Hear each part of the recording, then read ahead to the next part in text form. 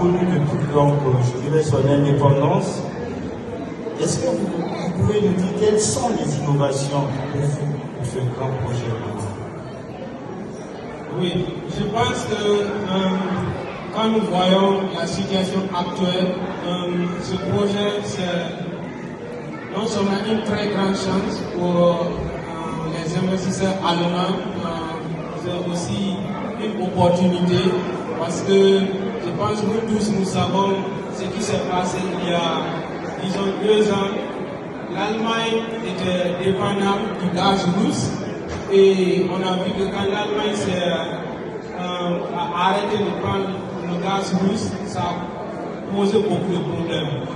Et les Allemands ont appris cela et actuellement ils ont les mêmes problèmes quand on voit au niveau des ressources minières. Ils sont presque 90% dépendants de la Chine. Et ça peut poser aussi les mêmes problèmes que ce qui s'est passé avec la Russie.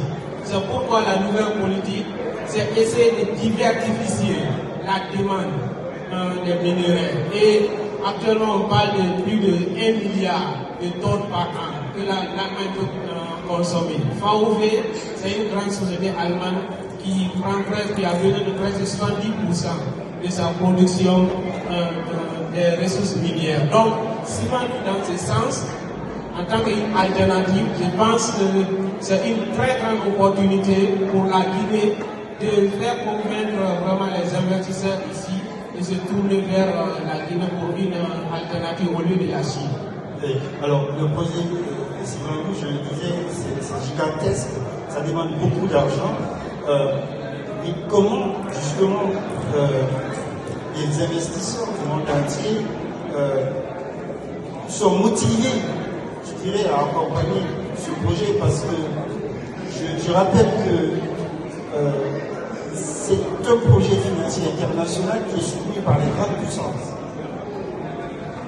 Oui, bien sûr. Je pense, en ce qui consiste peut-être sur le point de financement, nous devrions faire de sorte que le climat d'affaires soit attractif.